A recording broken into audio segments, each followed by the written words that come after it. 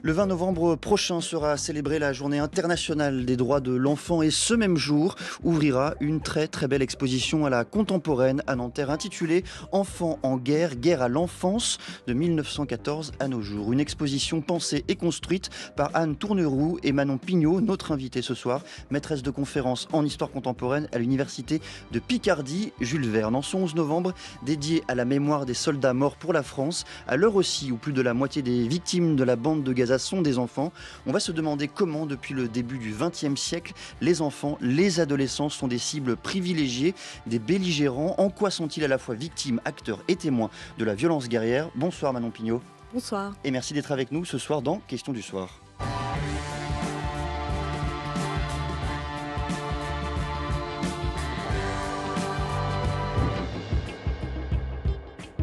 Les guerres révolutionnaires en France, pendant la fin du XVIIIe siècle, ont déjà amené les prémices d'une mobilisation, disons, morale et intellectuelle de l'enfance.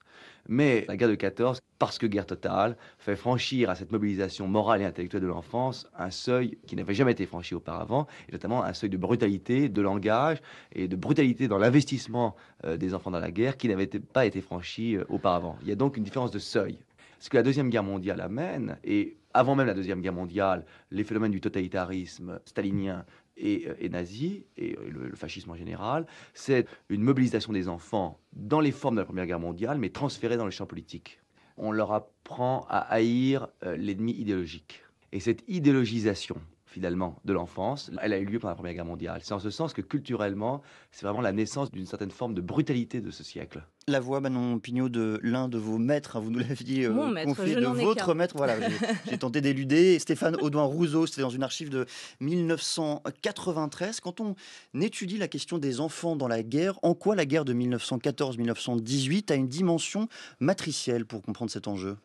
Eh bien, à dire vrai, quand on observe les situations enfantines pendant la Première Guerre mondiale, sur tous les théâtres de la guerre et dans tous les pays belligérants, on constate que toutes les formes à la fois de mobilisation, d'intégration des enfants dans les conflits, mais aussi d'atteinte aux enfants dans les conflits du XXe siècle qui vont suivre, sont tous et toutes en germe pendant la Grande Guerre. Les formes d'occupation, les formes d'endoctrinement idéologique très poussées, les formes de mobilisation concrètes, économiques, matérielles, et puis les atteintes physiques, les exactions, les crimes de guerre qui visent particulièrement les enfants, jusqu'au génocide, avec le génocide des Arméniens en 1915. Ça, c'est vrai de toutes les tranchées, c'est vrai de toutes les sociétés entre 1914 et 1918? Quasiment toutes les populations civiles engagées dans ce conflit, puisque, comme le rappelait Stéphane Audouin-Rousseau dans l'extrait sonore que vous venez de passer, la particularité de la Première Guerre mondiale, c'est d'être une guerre totale, ou, pour le dire autrement, une guerre totalisante, c'est-à-dire que les populations civiles sont invitées à prendre leur part dans l'effort de guerre, quelle que soit la forme que va prendre cette part. Mais toutes les populations civiles sont invitées à le faire, et en particulier la jeunesse et les enfants. Et ça, c'est vraiment inédit. C'est-à-dire cette idée d'un discours, enfin deux discours au pluriel, de mobilisation, adressés spécifiquement aux enfants par tout un tas de vecteurs, l'école évidemment, mais aussi la presse, la littérature, les jeux, les jouets. Il y a les églises, bien sûr, le discours religieux, il y a tout un réseau de discours mobilisateurs qui s'adressent spécifiquement aux enfants et qui leur disent « Vous avez un rôle à jouer dans l'effort de guerre, vous avez un rôle à jouer pour la victoire, et donc il faut prendre votre part. » Ça pose une question méthodologique très forte d'aborder le sujet des enfants dans la guerre, dans les guerres. Comment, par-delà la diversité des conflits, tenter de tirer des conclusions, des lois générales sur, j'allais dire, l'utilité, je le dis d'une façon très cynique, l'utilité des enfants dans un conflit? Alors, moi je suis historienne, donc mon travail ne consiste pas à chercher forcément les invariants, si tant est que certains invariants existent. Je crois profondément à la spécificité historique de chacun des conflits qui s'inscrivent dans des temporalités différentes, qui s'inscrivent dans des environnements, dans des contextes politiques, sociaux, culturels différents. Néanmoins, force est de constater, et ça a été le cas en préparant cette exposition que vous avez évoquée en introduction. On y reviendra. Force est de constater que, à tout le moins dans les formes de l'expérience enfantine des guerres du XXe siècle jusqu'à nos jours, jusqu'à l'heure à laquelle nous parlons, il y a des continuités, il y a des constantes dans les formes de l'expérience, et le retour par le passé, si j'ose dire, ou le détour par le passé, c'est-à-dire par la connaissance des guerres du passé, est particulièrement éclairant, d'ailleurs pas forcément très optimiste, pour essayer de rendre plus intelligibles les guerres du présent. Et parmi ces continuités, il y a peut-être l'idée que les enfants sont des cibles à part entière, ils ne sont pas juste des instruments, ils ne sont pas juste des moyens. Pourquoi justement en faire des cibles ? Alors, à mon avis, il y a deux raisons à cela. D'abord, peut-être faire une petite distinction quand on évoque les cibles. Ce qui caractérise, on va dire, les conflits du XXe siècle depuis la Première Guerre mondiale, c'est le fait que désormais, les populations civiles dans leur ensemble sont des cibles de guerre, pour des raisons d'abord morales, c'est-à-dire l'idée qu'en touchant les populations civiles, on va affaiblir le moral des troupes, on va fissurer les blocs de consensus et on va potentiellement créer des conditions nouvelles pour la victoire. Et donc plus encore quand c'est des enfants, parce qu'évidemment la charge émotionnelle est plus forte ? Absolument, il y a cette idée qui est déjà présente en 14, que les hommes qui partent combattre, non pas la fleur au fusil, le plus souvent dans la résignation, partent combattre pour défendre leur patrie, mais ils partent surtout combattre pour défendre leur foyer, leurs femmes et leurs enfants. Donc, à cet égard, les enfants, en tant que civils et en tant que promesses d'avenir, sont des cibles. Mais il me semble qu'il faut faire là une distinction très importante avec les situations de génocide qui surviennent la plupart du temps dans un contexte de conflit, parallèlement à un conflit, ou plutôt dans une sorte de mise en abîme de la violence au sein d'un conflit. Et là, on peut vraiment parler de cible à propos des enfants, parce que dans le processus génocide, les enfants sont des cibles privilégiées. C'est-à-dire que la démarche destructrice, exterminatrice, elle va viser en priorité les enfants, c'est-à-dire la capacité de reproduction d'une communauté et la capacité de survie d'une communauté humaine, d'un groupe humain. La deuxième question méthodologique, Manon Pignot, que pose la question des enfants dans la guerre, c'est comment se placer du côté de ces enfants, comment les entendre, comment les écouter, comment répercuter leur point de vue. Alors une question très simple, quelles sont les ressources, les archives, les documents que l'on utilise quand on s'intéresse à cette question ? Eh bien,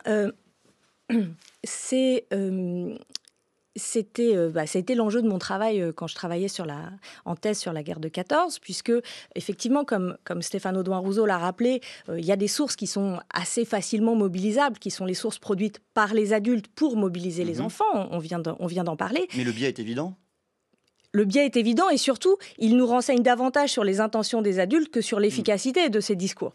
Et donc, mon travail a consisté, mais je ne suis évidemment pas la seule, pour d'autres conflits, d'autres chercheurs et chercheuses l'ont fait aussi, ce travail, à réfléchir justement à la question de la réception de ces discours de guerre et plus généralement aux formes d'expression enfantine pour documenter ces expériences. Et donc, c'est un renversement, effectivement, archivistique qui s'impose, un renversement aussi d'échelle, essayer de se placer au ras du sol, pour reprendre l'expression chère à Jacques Revel, et que j'ai reformulée en la transformant dans l'expression à hauteur d'enfant.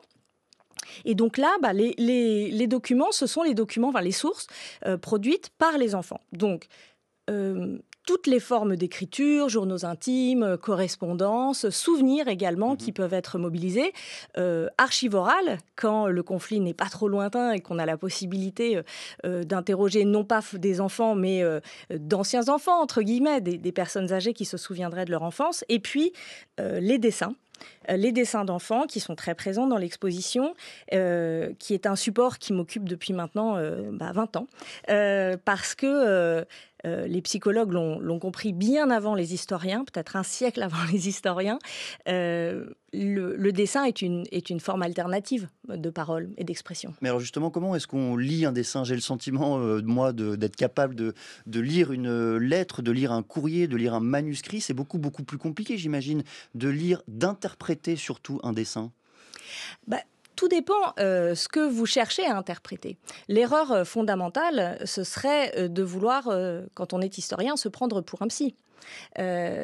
Mon travail ne consiste pas à poser des diagnostics sur l'éventuel traumatisme vécu par l'enfant qui dessine. J'en suis évidemment incapable et ça n'est pas mon métier. D'autant plus que les psychologues qui travaillent avec des enfants victimes des guerres et qui les font dessiner le disent tous. Ce qui les intéresse, ça n'est pas tellement le produit fini, le dessin, mais le processus de fabrication du dessin qu'ils vont observer et à propos duquel ils vont discuter avec l'enfant. Donc, qu'est-ce que les historiens peuvent trouver dans les dessins d'enfants qui puissent documenter des expériences, encore une fois, historiques? Eh bien, on va trouver, si je reprends l'exemple de la guerre de 14, on va trouver notamment tous les signes de l'intériorisation de ce discours de guerre, de ce discours de mobilisation dont nous parlions tout à l'heure. Toute la manière dont les enfants vont reproduire dans des dessins qui sont dits des dessins libres, c'est-à-dire qu'on leur donne un sujet, mais ils sont libres de l'illustrer comme ils le souhaitent. Et on va retrouver de façon tout à fait stupéfiante tous les signes, tous les thèmes de la culture de guerre, de l'enseignement de propagande, et qui va être réintégré et approprié, intériorisé par les enfants. Mais comme le dessin est aussi un lieu d'expression personnelle, et l'intérêt dans ces cas-là, c'est de pouvoir disposer de plusieurs dessins, et idéalement de séries de dessins pour pouvoir justement bâtir des comparaisons. Et on constate que aucun dessin n'est identique à un autre dessin. C'est même assez surprenant. On pourrait se dire, voilà, c'est sans doute plus facile de copier sur son petit camarade pour une rédaction que pour un dessin. Il y a toujours une part d'autonomie, il y a toujours une part de spontanéité dans un dessin. Et en les étudiant minutieusement, en les comparant aussi, on peut parfois faire émerger un certain nombre d'informations. Je vous donne un exemple parce que sinon ça va être un peu... J'allais vous demander. Ouais, ça va être un peu confus peut-être pour vos auditeurs. Mais quand je travaillais sur les dessins d'enfants de la guerre de 14, j'ai constaté l'intériorisation des thématiques de la culture de guerre. Ça ne m'a pas tellement étonnée. En revanche, j'ai été très frappée par l'importance pour les jeunes dessinateurs. En l'occurrence, c'était un fonds tout à fait extraordinaire qui était conservé au musée de Montmartre à Paris, donc de petits écoliers du 18e arrondissement, classe populaire et de cours élémentaires, primaires de la rue Saint-Isore. Et l'importance pour ces jeunes dessinateurs d'ancrer leur représentation dans leur quotidien. C'est-à-dire qu'ils indiquaient le nom des rues, tous, ils tenaient à souligner que ce qu'ils dessinaient, ils l'avaient vu. Et la surreprésentation, par exemple, des hommes blessés, des pères missionnaires amputés, et en particulier la dimension scandaleuse de ces scènes de rue avec des amputés poussés dans des petites voitures par des jeunes enfants, c'est-à-dire ce que les historiens ont identifié par ailleurs, l'inversion des générations qui va tellement bouleverser l'ensemble des populations européennes pendant la Première Guerre mondiale. Le fait que les vieux parents enterrent leurs jeunes fils et le fait que, dans ces dessins, on le voit, de jeunes garçons vont pousser leur père amputé dans des petites voitures. Et puis l'omniprésence du deuil. C'est-à-dire que même quand le dessin, le sujet donné par l'instituteur ne portait pas sur le deuil, il y a toujours une femme en deuil dans le décor. Même si elle est vraiment à peine soupçonnable. En arrière-fond. En arrière-fond, elle rentre dans le champ, elle sort dans le champ, il y a juste un morceau de voile de deuil, mais le deuil est partout. Et ça, typiquement, je ne prétends pas faire d'analyse psychologique, je n'y mets pas d'hypothèse sur le fait que cet enfant est endeuillé, pas endeuillé, je n'en sais rien, donc je ne vais rien dire là-dessus. En revanche, ça me permet de documenter l'emprise l'emprise presque physique du deuil dans les rues de Paris pendant la Grande Guerre. On abordait dans la première partie de cette émission la question du genre pour mieux comprendre le vote trumpiste. Est-ce que ce prisme-là a de la valeur pour comprendre la diversité des situations des enfants en guerre, évidemment selon qu'on l'on est un garçon, une fille, un adolescent, une adolescente? Absolument. Le genre est un outil. J'entendais, avant d'entrer dans le studio, votre invité qui le rappelait. Marie-Cécile Nave. Voilà, le genre est un outil conceptuel qui est un outil particulièrement opératoire en histoire, comme la classe, comme d'autres outils. Et s'agissant des enfants, c'est un outil. Simplement, ce qui est intéressant, c'est de constater que c'est un outil qui n'est pas toujours opérant. Il est opérant dans certaines temporalités et dans certains lieux. Je vous redonne un exemple, toujours tiré de la guerre de 14. Dans les discours de guerre, dans les discours de mobilisation que nous évoquions, typiquement, on dit c'est un discours de guerre qui s'adresse aux enfants. Bien sûr, un discours de guerre éminemment sacrificiel, qui héroïse les combattants et qui stigmatise l'adversaire. Mais à l'intérieur de ce discours de guerre, il y a un discours qui s'adresse aux garçons et un discours qui s'adresse aux filles. On ne demande pas exactement, dans l'économie générale du sacrifice qui est développée pendant la Première Guerre mondiale, on n'attend pas la même chose des garçons et des filles. Et d'une certaine manière, on en attend un peu plus des filles parce qu'elles ne peuvent pas se prévaloir d'un avenir guerrier. Elles ne pourront, elles, jamais payer leurs dettes aux soldats qui se battent pour elles. Donc, elles doivent redoubler d'efforts et de sacrifices. Il y a d'autres lieux, comme la zone occupée, par exemple, où le prisme du genre est très fort parce que l'occupation, c'est d'abord une armée majoritairement masculine, qui occupe un territoire majoritairement féminin. Et donc, le prisme du genre est essentiel. Et les jeunes filles, et même parfois les très jeunes filles qui vivent l'occupation, on le voit dans les journaux intimes, sont particulièrement sensibles aux atteintes, y compris symboliques, aux femmes, aux atteintes sexuelles, y compris symboliques aux femmes, alors que dans les journaux des jeunes garçons, on ne les retrouvera pas forcément.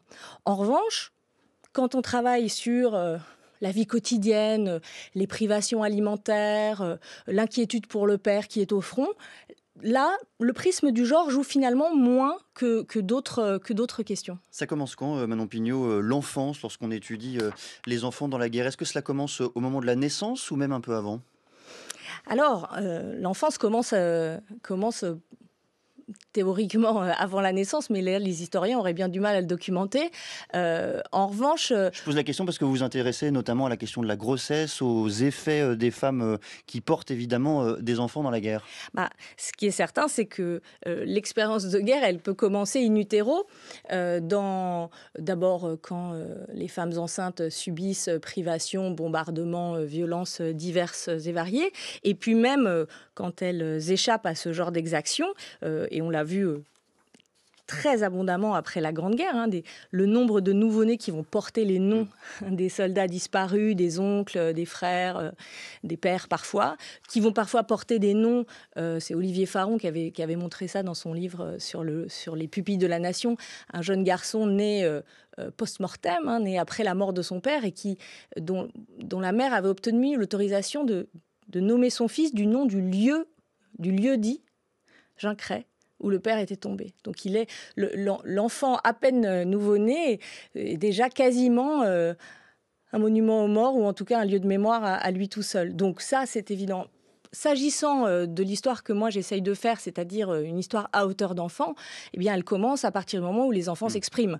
Donc le plus souvent, évidemment, avec l'âge scolaire, donc vers 6 ans, mais comme vous le rappeliez tout à l'heure, avec les dessins, on a accès à des enfants plus jeunes, qui ne savent pas encore lire, qui ne savent pas encore écrire, mais qui savent déjà dessiner et qui le font. C'est un sujet qui vous rattrape, évidemment, l'actualité vous contraint à être rattrapé par le sujet de l'enfance dans la guerre. Je voudrais vous faire entendre la voix d'une journaliste et essayiste. Elle s'appelle Tetiana Ogarkova, elle est responsable de l'Ukraine Crisis Media Center. Selon les témoignages que nous recevons par des enfants qui sont déjà de retour, ils se retrouvent dans les camps où déjà ils sont forcés à parler le russe, à faire des cours en russe, à chanter le hymne russe tous les matins. Alors le but, c'est d'assimiler en fait cette jeunesse ukrainienne, de les transformer en russes, en fait, de les faire haïr l'Ukraine, c'est-à-dire que c'est le lavage de cerveau, c'est la propagande qui est très facile quand on a en face de vous, vous avez un enfant de 10 ans, 12 ans, c'est facile à manipuler et c'est exactement la raison pour laquelle ce crime de guerre peut rentrer dans la catégorie de génocide, puisque génocide, c'est pas uniquement le fait de tuer un peuple, tuer une nation, mais aussi de nuire, d'essayer de tuer l'identité naturelle, c'est-à-dire ukrainienne pour ces enfants-là. Qu'est-ce que nous raconte Manon Pignot, l'histoire de ces enfants enlevés par la Russie, l'histoire de ces enfants ukrainiens? Oui, c'est ce que cette archive orale nous rappelle, hein, c'est la politique de russification menée par Vladimir Poutine et sa secrétaire générale aux droits de l'enfant, avec beaucoup de guillemets évidemment, qui ont entrepris, à partir de l'invasion du Donbass et ensuite, de déplacer massivement des enfants, notamment les enfants dans des orphelinats, même si ces enfants n'étaient pas tous des orphelins à part entière, de les déplacer pour leur donner une nouvelle identité, parfois en les confiant à l'adoption à l'autre bout du pays, en Sibérie, et en les confiant à l'adoption et en leur donnant une nouvelle identité, ils contribuent à nous faire perdre leurs traces. Et donc c'est vraiment, là on est vraiment au cœur de la guerre à l'enfance, c'est-à-dire comment atteindre le plus profondément possible un pays, une culture, une nation, en s'en prenant à sa jeunesse, c'est-à-dire à ce qui constitue son avenir. Est-ce que c'est en quelque sorte la même chose qu'il faut voir ou qu'il faudrait voir au Proche-Orient, où la place des enfants dans ce conflit est manifeste, hein. Le 7 octobre, on se souvient évidemment de ces bébés, de ces jeunes enfants assassinés par le Hamas, et depuis des milliers d'enfants gazaouis disparus ou morts de faim. Ah, j'en suis absolument convaincue. Je pense que d'ailleurs, le statut des enfants dans le conflit actuellement, et en particulier le statut des enfants gazaouis, servira à documenter, dans ce qui un jour, je l'espère, arrivera, une procédure de justice internationale, les crimes de guerre et la guerre d'anéantissement qui est en train de se produire à Gaza. Parce que il faut quand même rappeler quelque chose. Au moment des attaques terroristes du Hamas du 7 octobre 2023, effectivement, c'est un attentat terroriste d'ampleur qui vise toutes les populations, les hommes, les femmes, les enfants, les soldats et les civils. Et pour la première fois, le Hamas emmène des enfants comme otages. Et on l'a vu sur les murs de nos villes, ces affiches effroyables d'enfants enlevés en otages. Mais les représailles de l'armée israélienne, du gouvernement israélien sur Gaza, sont dans des proportions telles que le doute sur la guerre d'anéantissement, de mon point de vue en tout cas, n'est plus possible. Je voudrais juste quand même rappeler qu'il y a des nombreuses agences de l'ONU qui, depuis maintenant 6 mois, publient des rapports pour documenter en particulier la situation des enfants gazaouis. 43% avant la guerre, 43% des Gazaouis avaient moins de 14 ans. 43%. Et aujourd'hui, il y a eu vendredi un rapport qui est paru qui disait que 70% des victimes étaient des femmes et des enfants. Donc on est face à des chiffres et des proportions qui sont tout à fait inédites en termes de destruction, en termes de brutalité, mais aussi en termes de cible, comme vous le disiez. Le fait de cibler les écoles, les universités bien sûr, mais les écoles, de cibler les hôpitaux, c'est-à-dire les lieux qui sont naturellement des lieux de refuge pour les populations civiles et en particulier pour les familles avec des enfants. Il y a un caractère délibéré qu'on ne peut pas éviter de voir, qu'on ne peut pas refuser de voir. Et ça n'enlève rien à l'horreur du 7 octobre, encore une fois, je le redis, à l'abomination des attentats terroristes du 7 octobre. Mais on ne peut plus refuser de voir ce qui se déroule aujourd'hui à Gaza. Je rappelle le titre de l'exposition qui s'ouvrira dans quelques jours. Elle est intitulée « Enfants en guerre, guerre à l'enfance de 1914 à nos jours ». Elle se tiendra à la Contemporaine à Notaire. Il y a 4 grandes thématiques dans cette exposition. En quelques mots, pourquoi avoir voulu consacrer l'une de ces thématiques au sortir de la guerre? Qu'est-ce qu'on en prend des enfants qui sortent ou que l'on fait sortir de la guerre? Alors, d'abord parce que les historiens du phénomène guerrier le savent, quand on travaille sur un conflit, on intègre ce qu'on appelle désormais les sorties de guerre. La notion d'après-guerre n'est plus tellement utilisée aujourd'hui en histoire. La sortie de guerre fait partie intégrante du conflit, la temporalité de la sortie de guerre aussi. Et l'enjeu pour nous, c'était de montrer à la fois les conséquences tragiques, les effets à long terme, et notamment la question du trauma, mais aussi les formes de résilience et de reconstruction qui peuvent advenir en sortie de guerre. Merci beaucoup Manon Pignot d'être venue nous parler en ce 11 novembre des enfants dans la guerre depuis 1914 notamment. Je rappelle que vous êtes maîtresse de conférences en histoire contemporaine à l'université de Picardie. Jules Verne, merci d'être venu à Question du soir et merci également beaucoup à toutes celles et ceux qui font cette émission avec moi, Stéphanie Villeneuve, Pascaline Bonnet, Bertie Bourdon, Fanny Richet, Apolline Limosino, Florian Le Calvez, à la réalisation François Richet, aux manettes Anthony Thomasson.